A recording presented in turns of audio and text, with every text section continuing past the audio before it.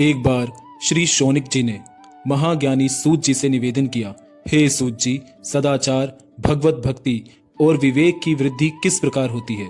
साधु पुरुष अपने मन में उत्पन्न होने वाले काम, क्रोध, लोभ आदि विकारों का निवारण कैसे करते हैं?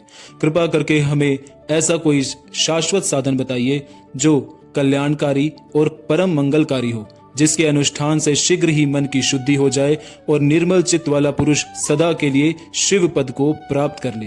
सूत जी बोले, हे शौनक जी, समस्त शास्त्रों के सिद्धांतों का सार, भक्ति की वृद्धि कराने वाला, भगवान शिव को संतुष्ट करने वाला और काल रूपी सर्प से उत्पन्न भय को नष्ट करने वाला उत्तम साधन शिव पुराण ही है। हे मुने, प्राचीन काल में स्वयं भगवान शिव ने इसका उपदेश दिया था।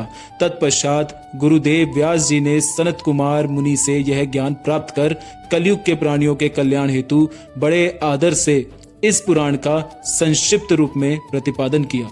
इस शिव पुराण को भगवान शिव का वांग्मय स्वरूप समझना चाहिए और पूर्ण श्रद्धा से इसका सेवन, पठन, पाठन एवं श्रवण करना चाहिए। इसके पठन, पाठन और श्रवण से मनुष्य को शिव भक्ति प्राप्त होती है और वह शीघ्र ही शिव पद को प्राप्त कर लेता है। शिव पुराण का श्रवण करने से मनुष्य सभी पापों से मुक्त हो जाता है और उत्कृष्ट भोगों का आनंद लेने के पश्चात अंत में शिवलोक को प्राप्त करता है। शिव पुराण का श्रवण और भगवान शंकर के नाम का संकीर्तन, ये दोनों ही मनुष्य के लिए कल्प वृक्ष के समान है, जो सम्यक फल प्रदान करते हैं। इसमें तनिक भी संदेह नहीं है। यह शिव पुराण 24,000 श्लोकों से युक्त है और इसमें 7 संहिताएं हैं। मनुष्य को चाहिए कि वह भक्ति, ज्ञान और वैराग्य से संपन्न होकर बड़े आदर के साथ इसका श्रवण करे। जिस घर में शिव पुराण की कथा होती है, वह घर स्वयं तीर्थ बन जाता है। उसमें निवास करने वाले के समस्त पाप नष्ट हो जाते हैं। सूत जी ने शिव पुराण की महिमा का वर्णन करते हुए प्राचीन इतिहास का उदाहरण प्रस्तुत किया। पहला उदाहरण देवराज नामक एक ब्राह्मण का है, जो वैश्यागामी और दुष्ट प्रवृत्ति का था। दूसरा उदाहरण चंचुला नामक स्त्री और उसके पति बिंदुक का है।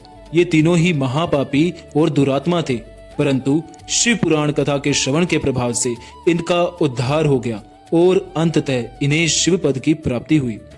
इस वीडियो के प्रथम भाग से प्रभु इच्छा तक हम आपको शिव पुराण की कथा का संक्षिप्त संस्करण प्रस्तुत करेंगे। अब अगले भाग में हम आपको शिव पुराण में वर्णित देवराज ब्राह्मण की कथा सुनाएंगे। धन्यवाद।